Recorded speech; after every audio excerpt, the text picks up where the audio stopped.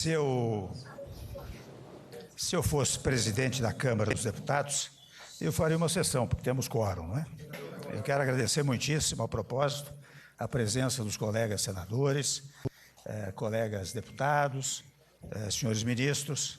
Foi até um aviso de última hora. Eu estou agradavelmente surpreso com este apoio extremamente espontâneo, não é? Quero agradecer muito aos senhores e às senhoras.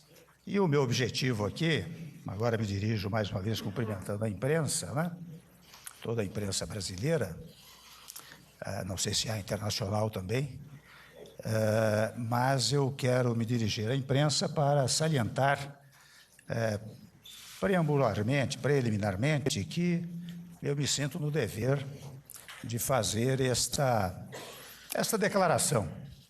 Não vou chamá-lo de pronunciamento, acho que é um pouco pretensioso, mas é uma declaração, de alguma maneira, esclarecedora, tendo em vista uma denúncia ontem apresentada.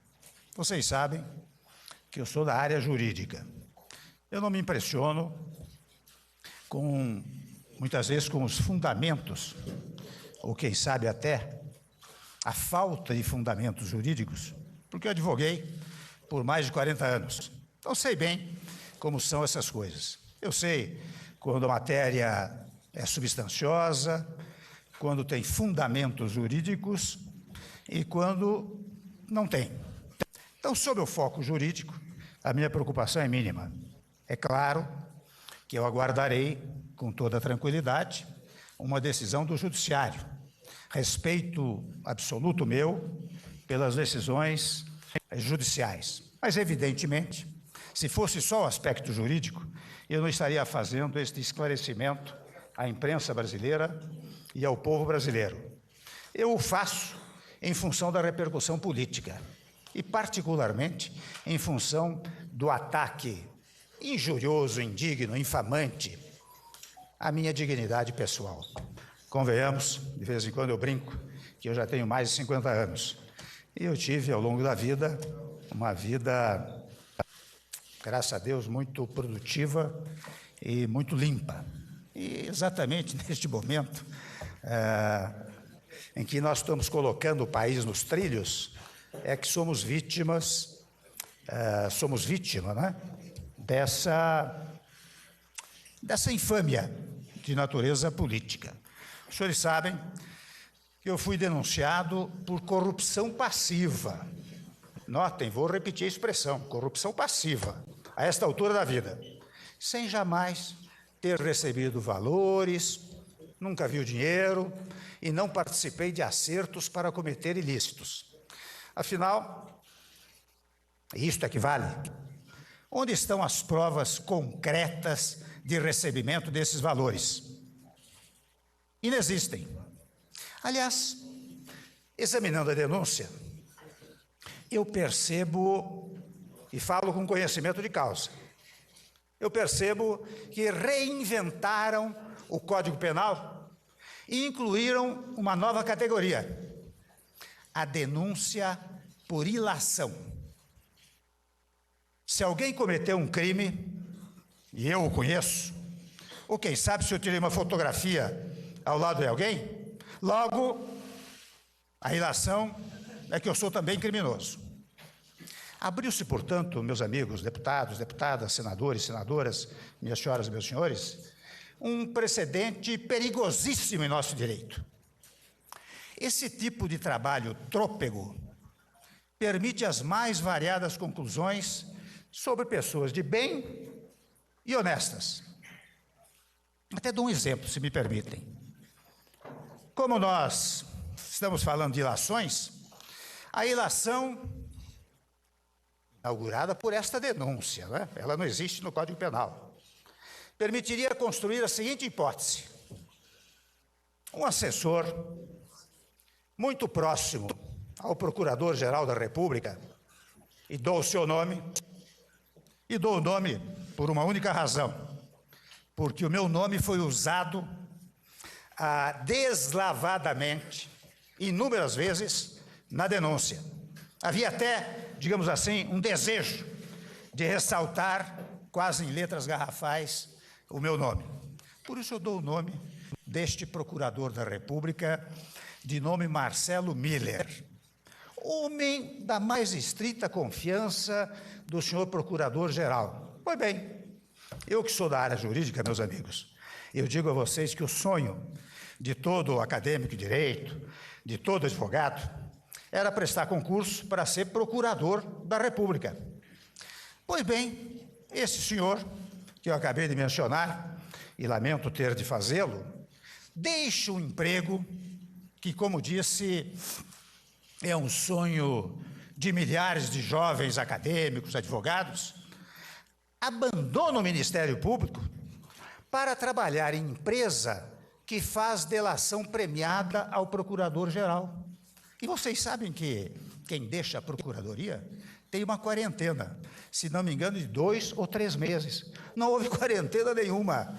O cidadão saiu e já foi trabalhar, depois de procurar a empresa para oferecer serviços, foi trabalhar para esta empresa e ganhou, na verdade, milhões em poucos meses, o que talvez levaria décadas para poupar. Garantiu ao seu novo patrão, o novo patrão não é mais o procurador-geral, é a empresa que o contratou, um acordo benevolente, uma delação que tira o seu patrão das garras da justiça, que gera, meus senhores e minhas senhoras, uma impunidade nunca antes vista. Basta verificar o que aconteceu ao longo desses 2, 3 últimos anos para saber que ninguém saiu com tanta impunidade. E tudo, meus amigos, ratificado, tudo assegurado pelo Procurador-Geral. Pelas novas leis penais, que eu estou dizendo da chamada ilação, ora criada nesta denúncia, que não existe no Código Penal, poderíamos concluir nessa hipótese que eu estou mencionando, que talvez os milhões de honorários recebidos não fossem unicamente para o assessor de confiança, que, na verdade, deixou a Procuradoria para trabalhar nessa matéria. Mas eu tenho responsabilidade. Eu não farei ilações. Não farei ilações. Eu tenho a mais absoluta convicção de que não posso denunciar sem provas. Não posso fazer, portanto, ilações, não posso ser irresponsável. E no caso do senhor grampeador, o desespero de se safar da cadeia moveu a ele e seus capangas para, na sequência, haver homologação de uma delação e distribuir o prêmio da impunidade. Criaram uma trama de novela. Eu digo, meus amigos, minhas amigas, sem medo de errar, que a denúncia é uma ficção. E eu devo explicações, como disse, ao povo brasileiro, a cada cidadão brasileiro, especialmente a minha família e amigos. Porque, olha, eu vou fazer um parêntese aqui. Não há nada mais desagradável, os senhores serem familiares, do que a sua família estar a todo momento ligando a televisão ou os jornais e dizendo que o seu irmão, o seu tio, o seu pai é corrupto. Não há nada mais agradável que isso. Esse é o ponto que mais me toca, né? Então, talvez, neste tópico da dilação, pelas novas leis da dilação, da ilação, que disse, ora, criada pela denúncia, poderíamos talvez concluir que os milhões não fossem unicamente para o assessor de confiança que deixou o cargo de procurador da República. E eu volto a dizer que eu não quero fazer ilações, não denuncio sem provas. O que eu tenho consciência é que não posso criar falsos fatos para atingir objetivos subalternos. Por tradição e formação, eu acredito na justiça. Não serei irresponsável. O desespero de se safar da cadeia, né, que moveu o cidadão Joesley e seus capangas. não é? Foi isto que fez com que se houvesse a homologação de uma delação e a distribuição de um prêmio de impunidade.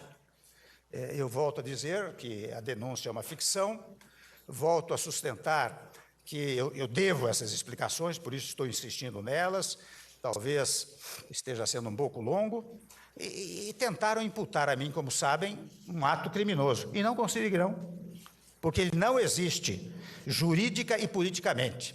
Mas exatamente quem deveria estar na cadeia está solto para voar a Nova York ou Pequim, ainda voltar para cá e criar uma nova história, já que a coluna inicial, referente à gravação, começou a ser questionada, então disseram, vamos trazê-lo de novo por uma nova história que ele venha contar. E ele foi trazido, até de chapeuzinho, interessante, ele veio de boné, né, para se disfarçar.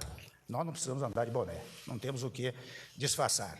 E eles conseguiram isso, né, o delator, porque foram preparados, treinados, prova armada, conversas induzidas. Eu sei, para enfrentar o tema, que criticam-me por ter recebido tarde da noite em minha casa o empresário Joesley. Percebi sim. Naquela oportunidade, o maior produtor de proteína animal do país, se não do mundo. Do mundo.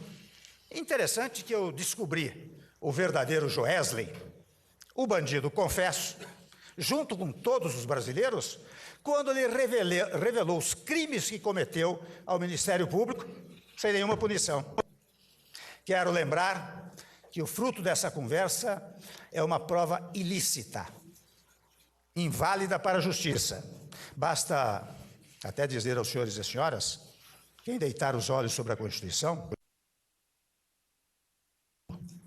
inciso 56, onde está dito expressamente como direito fundamental que não se podem admitir provas ilícitas. Ora bem, essa gravação foi questionada por um jornal, 2 jornais, 3 jornais, pelo perito que eu coloquei, e agora mesmo, na pesquisa feita seriamente pela Polícia Federal, pelo seu Instituto de Criminalística, está dito que há cerca de 120 interrupções, não é?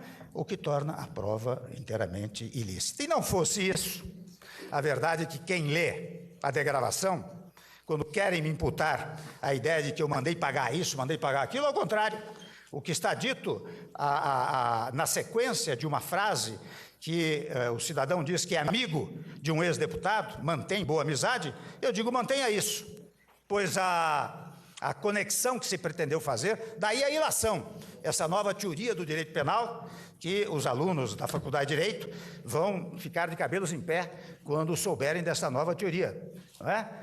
Disseram que não. Quando eu disse isso, eu estava mandando pagar. E, aliás, o próprio ex-deputado, no dia seguinte, publicou uma carta desmentindo e depois, em depoimento, desmentiu. Pois são esses fatos que me assustam, porque as regras mais básicas da Constituição não podem ser esquecidas, jogadas no lixo, tripudiadas pela embriaguez da denúncia que busca a revanche, a destruição e a vingança. E ainda, vejam bem, vou dizer aos senhores, ainda se fatiam as denúncias para provocar fatos semanais contra o governo. Querem parar o país, parar o Congresso, num ato político com denúncias frágeis e precárias. Atingem a presidência da República. Não é uma coisa qualquer. Quando se vai atacar a presidência da República, uma instituição, é preciso tomar todas as cautelas, é preciso ter provas robustas, provas comprovadas. Aliás, a denúncia não pode vir por ilação, deverá vir porque houve uma coleta de provas que não podem induzir a ideia de que possa ter um crime, mas tem que ter prova concreta de que houve o crime. Portanto, o que há é um atentado na verdade, contra o nosso país. Sabem os senhores, eu sou o responsável por todos os atos administrativos do meu governo. Não foi sem razão, embora estando há um ano apenas, nós trabalhamos pela queda da inflação, pela redução dos juros, pela geração de empregos, pelas reformas estruturantes, pela liberação do Fundo de Garantia para milhões de brasileiros e pelo fim da recessão.